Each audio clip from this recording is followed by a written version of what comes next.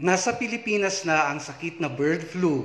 Ito ay 100% mas malala kaysa sa COVID. 52% ng mga taong nagkasakit ng bird flu ang nangangamatay.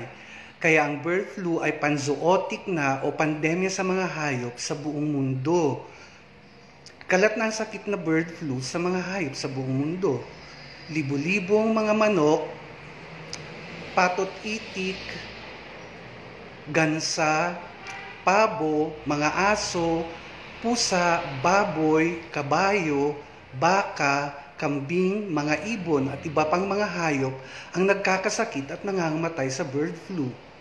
Mahigit 60,000 ng mga manok sa Pampanga, Kalinga at Leyte ang kinatay at ibinaon noong nakaraang buwan ng Abril dahil sa bird flu dito sa Pilipinas.